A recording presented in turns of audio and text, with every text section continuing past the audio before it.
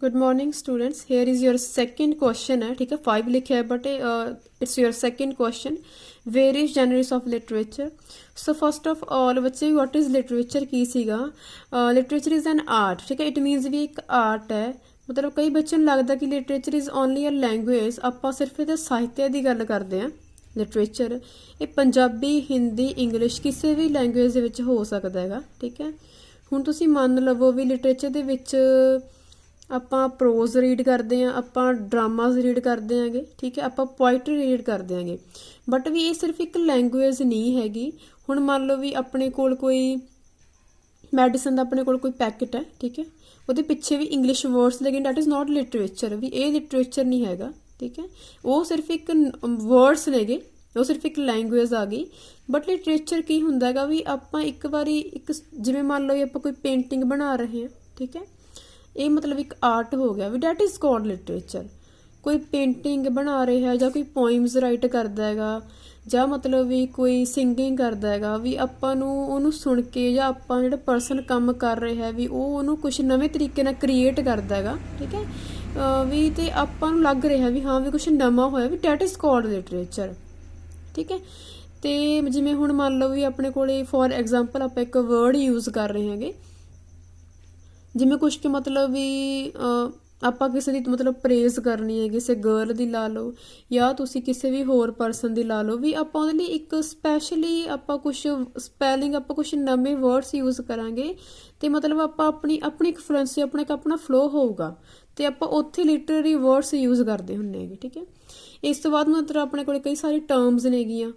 ਮਤਲਬ ਵੀ ਹੁਣ ਜਿਵੇਂ ਮੰਨ ਲਓ ਵੀ ਆਪਾਂ ਕਈ ਵਾਰ ਆਪਾਂ ਸੈਡ ਸੌਂਗ ਸੁਣਦੇ ਹਾਂ, ਕਈ ਵਾਰ ਆਪਾਂ ਰੋਮਾਂਟਿਕ ਸੌਂਗ ਸੁਣਦੇ ਹਾਂ, ਜਾਂ ਫਿਰ ਕਈ ਵਾਰੀ ਆਪਾਂ ਆਪਣੇ ਇੱਕ ਪੈਟਰੀਟਿਕ ਵਾਲੇ ਸੌਂਗ ਸੁਣਦੇ ਹਾਂ, ਦੇਸ਼ ਭਗਤੀ ਵਾਲੇ ਸੌਂਗ ਸੁਣਦੇ ਹਾਂ ਆਪਾਂ। ਫਿਰ ਡਿਫਰੈਂਟ ਤਰੀਕੇ ਦੇ ਕਾਇੰਡਸ ਆ ਗਈਆਂ ਨਾ, ਤਾਂ ਮਤਲਬ ਹੈਗੇ ਤਾਂ ਸੌਂਗ ਹੀ ਨੇਗੇ।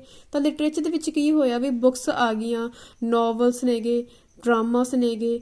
ਬਟ ਵੀ ਇਹਦੇ ਵਿੱਚ ਆਪਾਂ ਕਈ ਵਾਰੀ ਆਪਾਂ ਫਿਕਸ਼ਨਲੀ, ਆਪਾਂ ਨੋਨ ਫਿਕਸ਼ਨਲੀ ਗੱਲਾਂ ਯੂਜ਼ ਕਰਦੇ, ਤਾਂ ਉੱਥੇ ਆ ਕੇ ਵੀ ਥੋੜ੍ਹੇ ਹੋ ਸਕਦਾ ਹੁੰਦਾ ਹੈਗਾ ਵੀ ਲਿਟਰੇਚਰ ਦੇ ਵਿੱਚ ਕੀ ਹੈ ਵੀ ਸਾਰਾ ਕੁਝ ਸਹੀ ਨਹੀਂ ਹੈਗਾ ਤਾਂ ਸਾਰਾ ਕੁਝ ਝੂਠ ਵੀ ਨਹੀਂ ਹੈਗਾ, ਠੀਕ ਹੈ। ਵੀ ਡੈਟ ਇਜ਼ ਕਾਲਡ ਲਿਟਰੇਚਰ। ਤੇ ਵੀ ਲਿਟਰੇਚਰ ਕੀ ਹੈ ਵੀ ਆਪਾਂ ਨੂੰ ਦੱਸਦੀ ਹੈ ਵੀ ਪਹਿਲਾਂ ਵਾਲੇ ਲੋਕ ਕੀ ਸੀਗੇ, ਠੀਕ ਹੈ। ਆਪਾਂ ਨੂੰ ਇੱਕ ਹਿਸਟਰੀ ਪ੍ਰੈਜੈਂਟ ਕਰੂਗੀ ਨਾ, ਵੀ ਪਹਿਲਾਂ ਵਾਲਾ ਹਿਸਟੋਰੀਕਲ ਉਹਦਾ ਬੈਕਗਰਾਊਂਡ ਕੀ ਸੀ ਕਿਸ ਚੀਜ਼ ਦੇ ਬਾਰੇ। ਸੋ ਵੀ ਆਪਾਂ ਜਾਣ ਸਕਦੇ ਹਾਂ ਵੀ ਲਿਟਰੇਰੀ ਕੀ ਸੀਗਾ, ਵੀ ਲਿਟਰੇਚਰ ਦੇ ਵਿੱਚ ਕੀ ਸੀ, ਵੀ ਲੋਕਾਂ ਦੀ ਐਟ ਟਾਈਮ ਥਿੰਕਿੰਗ ਕੀ ਸੀਗੀ, ਵੀ ਕਿਸ ਤਰੀਕੇ ਨਾਲ ਰਾਈਟ ਹੀ ਕਿਉਂ ਕੀਤਾ ਐਵੇਂ ਦਾ, ਠੀਕ ਹੈ। ਵੀ ਇੱਕ ਸਿਰਫ ਇਕੱਲਾ ਇੱਕ ਆਰਟ ਹੈ। ਕਈ ਪਰਸਨ ਮਤਲਬ ਹੁਣ ਕੋਈ ਡਰਾਮਾ, ਜਿਵੇਂ ਹੁਣ ਮੰਨ ਲਓ ਕੋਈ ਪਰਸਨ ਨਾਵਲ ਰਾਈਟ ਕਰ ਰਿਹਾ ਹੈਗਾ, ਉਹ ਆਪਣੇ ਟੇਸਟ ਦੇ ਅਕੋਰਡਿੰਗ ਜਾਂ ਆਪਣੀ ਉਹ ਆਪਣਾ ਕੋਈ ਆਪਣੇ ਪਰਸਨਲ ਆਪਣੇ ਇੰਸੀਡੈਂਟ ਨੂੰ ਕ੍ਰੀਏਟ ਕਰਕੇ ਉਹਨੂੰ ਰਾਈਟ ਕਰਕੇ ਤਾਂ ਕੋਈ ਨਾਵਲ ਰਾਈਟ ਕਰੂਗਾ, ਤਾਂ ਆਪਾਂ ਨੂੰ ਲੱਗਾ ਵੀ ਹਾਂ ਵੀ ਜਿਹੜਾ ਨਾਵਲ ਹੈ ਵੀ ਕਿੰਨਾ ਮੂਵਿੰਗ ਨਾਵਲ ਹੈ, ਜਾਂ ਨਾਵਲ ਮਤਲਬ ਕਿੰਨਾ ਸਿੰਪਥਾਈਜ਼ ਕਰ ਰਿਹਾ ਆਪਾਂ ਨੂੰ, ਠੀਕ ਹੈ। ਵੀ ਇੱਥੇ ਆ ਕੇ ਆਪਾਂ ਲਿਟਰੇਚਰ ਦੀ ਗੱਲ ਕਰਨੀ, ਠੀਕ ਹੈ। ਹੁਣ ਆਪਾਂ ਕੁਐਸਚਨ ਰੀਡ ਕਰਦੇ ਹਾਂ ਕਿ this is your second question.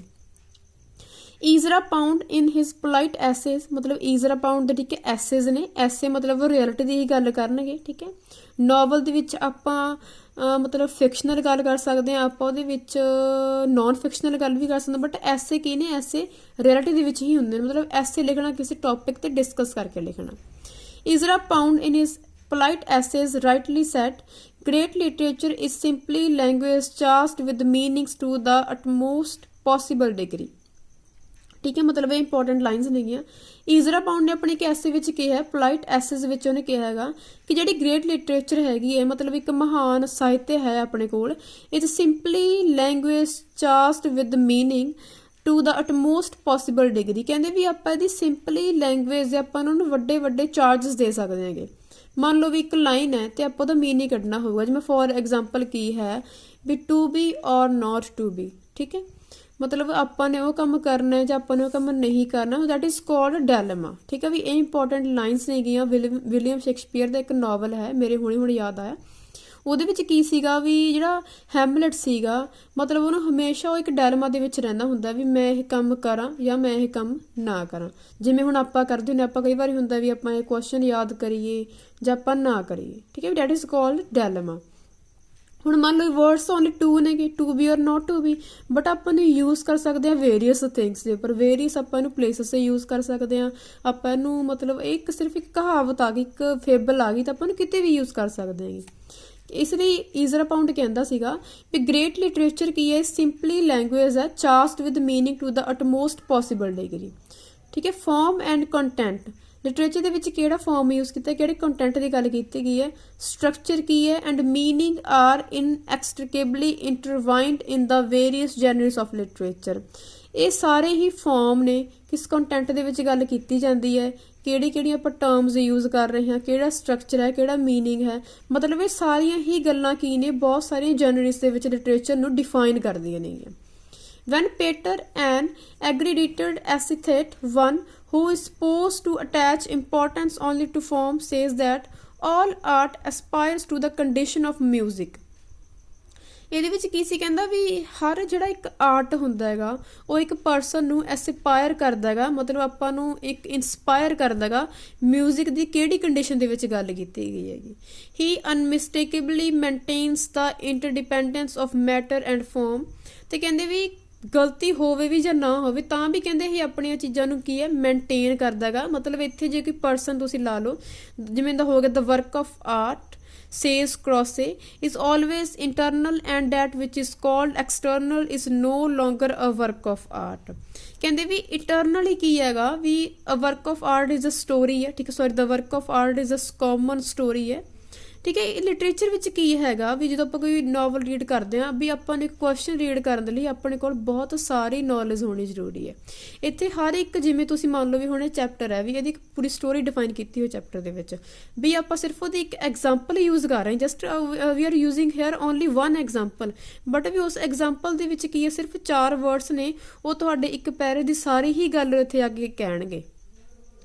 ਠੀਕ ਹੈ, ਇਸ ਲਈ ਤੁਸੀਂ ਆਪਣੀ ਕੋਈ ਪੋਇਮ ਪੜ੍ਹਦੇ ਹੋ, ਤੁਸੀਂ ਕੋਈ ਸਟੋਰੀ, ਤੁਸੀਂ ਸਿਰਫ ਜਸਟ ਉਹਦਾ ਇਕੱਲਾ ਨਾਮ ਯਾਦ ਰੱਖੋ, ਬਟ ਵੀ ਉਹ ਨਾਮ ਦੇ ਨਾਲ ਤੁਹਾਨੂੰ ਇਹ ਕਨਸੈਪਟ ਕਲੀਅਰ, ਤੁਸੀਂ ਨਾਮ ਉਹ ਯੂਜ਼ ਕਦੋਂ ਕਰ ਰਹੇ ਹੋ, ਵੀ ਤੁਹਾਡੇ ਕੋਲ ਇਹ ਕਨਸੈਪਟ ਕਲੀਅਰ ਹੋਣਾ ਚਾਹੀਦਾ ਹੈਗਾ। ਠੀਕ ਹੈ, ਇਜ਼ ਆਲਵੇਜ਼ ਇੰਟਰਨਲ, ਕਹਿੰਦੇ ਵੀ ਉਹ ਇੰਟਰਨਲੀ ਗੱਲ ਕਰਦਾ ਹੈਗਾ, but and which is called external is no longer a work of art, but externally ਕੀ ਹੈ, ਕੋਈ ਵੀ ਵਰਕ ਆਫ ਆਰਟ ਨਹੀਂ ਹੁੰਦਾ ਉੱਥੇ। ਠੀਕ ਹੈ, ਉਹ ਸਿਰਫ ਇੱਕ ਥਿੰਗਸ ਦੀ ਗੱਲ ਕਰਦੇ ਹੁੰਦੇ ਨੇ ਦ ਵਰਕ ਆਫ ਆਰਟ ਦੇ ਵਿੱਚ।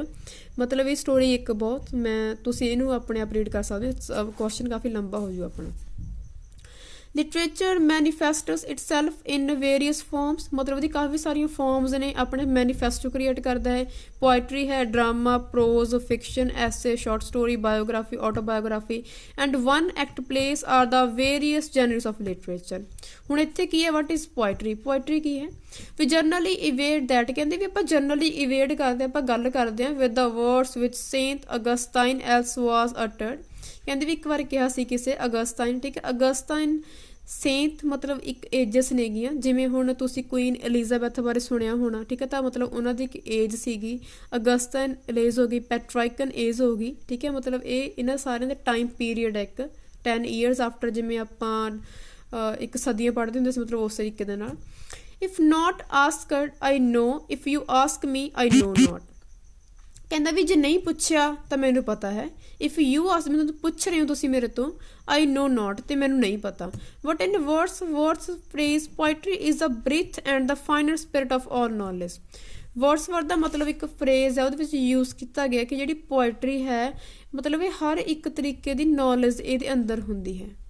Is a breath and the finer spirit of all knowledge. ਠੀਕ ਹੈ, ਜਿਹੜੀਆਂ ਇਹ ਵਾਲੀਆਂ ਸਾਰੀਆਂ ਆਪਾਂ ਲਾਈਨ ਜਿਹੜੀਆਂ ਮਤਲਬ ਐਫੋਸਟ੍ਰੋਫੀ ਯੂਜ਼ ਕੀਤੀ ਗਈ, ਜਿੱਥੇ ਕੋਮਾਸ ਯੂਜ਼ ਕੀਤੇ ਗਏ ਨੇ, ਤੁਸੀਂ ਇਹਨੂੰ ਯੂਜ਼ ਕਰੋਗੇ, ਤੁਸੀਂ ਇਹਨੂੰ ਅੰਡਰਲਾਈਨ ਕਰਕੇ ਆਪਣੀ ਕਾਪੀਜ਼ ਦੇ ਵਿੱਚ ਰਾਈਟ ਕਰੋਗੇ ਆਪਣੇ ਕੁਐਸਚਨ ਦੇ ਵਿੱਚ।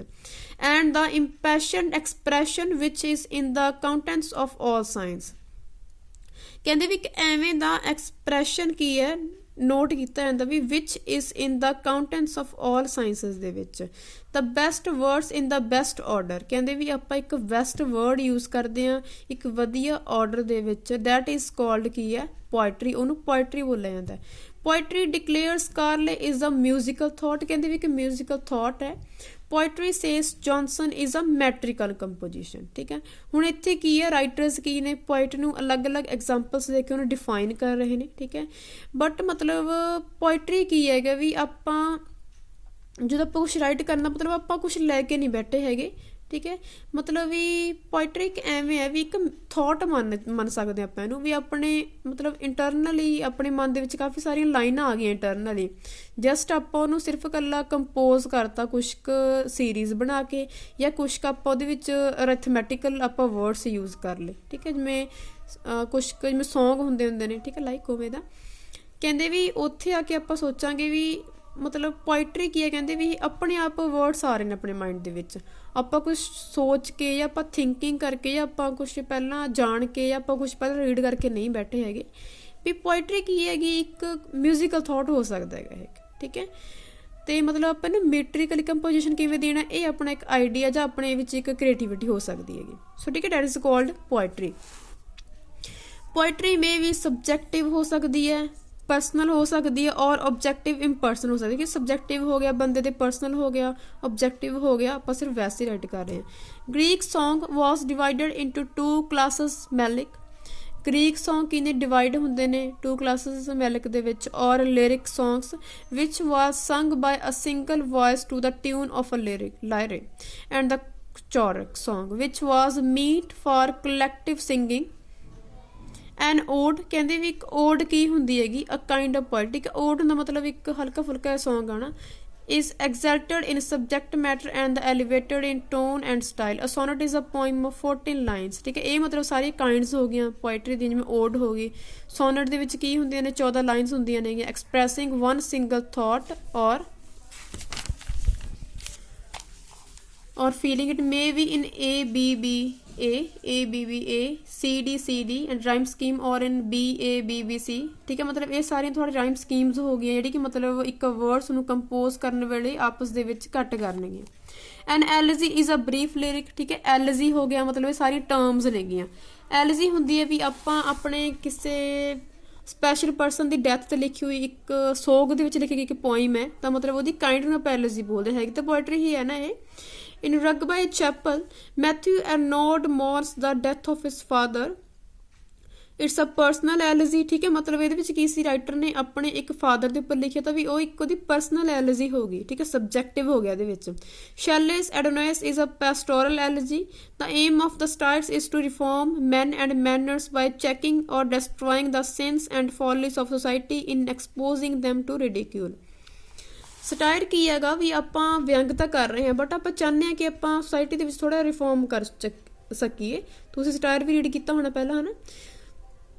ਬਾਈ checking or destroying the sins and follies of society on in exposing them to ridicule. Pope's Dunciad is a well known satire. A ballad ਕੀ ਹੁੰਦਾ, ਮਤਲਬ ਕਿਸੇ ਦੀ ਪੈਟਰਾਈਟਿੰਗ ਨੂੰ ਲੈ ਕੇ ਆਪਾਂ, ਜਿਵੇਂ ਆਪਾਂ ਉਦਮ ਸਿੰਘ 'ਤੇ ਕੋਈ ਪੋਇਮ ਲਿਖੇ ਤਾਂ ਉਹਨੂੰ ਬੈਲਡ ਬੋਲਾਂਗੇ ਆਪਾਂ। It's a simple poem or song, especially one that an old story with a certain childlike simplicity. Coleridge's Love is a ballad. An epic is a narrative poem describing in lofty style the achievements of some hero, real or fictitious.